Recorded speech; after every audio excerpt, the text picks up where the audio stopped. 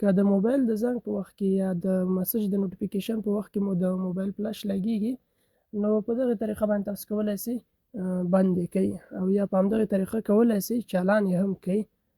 د دې لپاره به تاسو راسئ په خپل موبایل کې سیټنګ ته، بیا به لاندې راسئ په سیټنګ کې دلته به په دغه اپشن باندې اکسیسیبیلیټي په دې به کلیک کړئ، بیا به لاندې په ایډوانس سیټنګ کلیک کړئ، دلته په فلش نوټیفیکیشن په دې اپشن به کلیک کړئ. تاسو ګورئ دغه اپشن زموږ آن ده. کله چې دغه اپشن آن وي دا لومړنی اپشن کامرا فلش، نو تاسو د موبایل د زنګ په حالت کې به دغه فلش د موبایل لګیږي، نو دا اپشن به آف کړئ، نو بیا به تاسو د موبایل فلش د زنګ په وخت کې نه لګیږي. او دغه دویم اپشن د سکرین فلش دا چې کله تاسو آن وي نو تاسو د موبایل دغه سکرین به رڼا کوي په وخت د زنګ کې.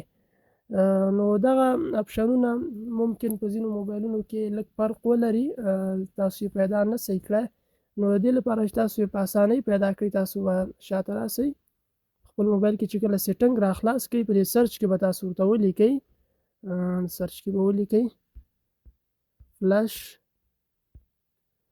نوټیفیکیشن. تاسو ګورئ دغه فلش نوټیفیکیشن به ورته سرچ کړئ، په دې به کلیک کړئ چې هر ځای په سیټنګ کې تاسو به دا را پیدا کړي، دغه اپشن ته به داخل شئ. نو دغه اپشنونه تاسو اپ وان کولی شئ. دا لومړنی اپشن چې کله تاسو اپ کړئ نو تاسو د موبایل فلش به د زنګ په حالت کې نه چالانیږي، او که دا آن کړئ بیا به د زنګ په وخت کې د تاسو د موبایل فلش لګیږي. اوس دغه ما آن کړه، زه اوس خپل موبایل ته زنګ وهم، تاسو دلته کتلی شئ زما د موبایل دغه فلش به اوس لګیږي.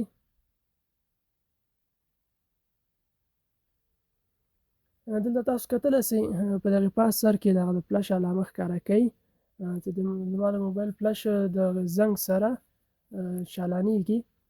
زه اوس دا قطع کوم، بیرته اوس بیا دغه اپشن بیرته بیا ځلې اف کوم، اوس بیا زنګ وهم، زما د موبایل فلش به اوس نه چالانیږي.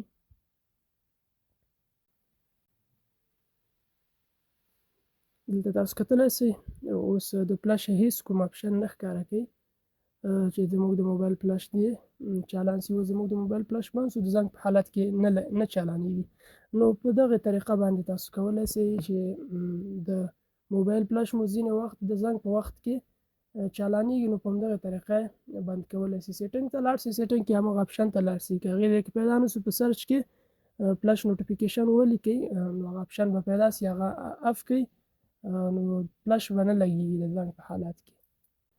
که ویډیو مو خوښه شوې وي لایک کړئ، د داسې نورو ویډیوګانو لپاره زموږ چینل سبسکرایب کړئ. ستاسو په سبسکرایب هیڅ مصرف نه راځي، خو موږ ته دا وړتیا راکوي تر څو دغسې نورې ویډیوګانې چمتو کړو. په څنګ کې دغه زنګ نښان هم ووایي چې بیا هره ویډیو اپلوډ کړو به تاسو ته په وخت دررسیږي. که کومه پوښتنه لرئ کمنټ وکړئ، ویډیو له خپلو ملګرو سره شیر کړئ تر څو نور هم ترې ګټه واخلي. تر بلې ویډیو د الله په امان.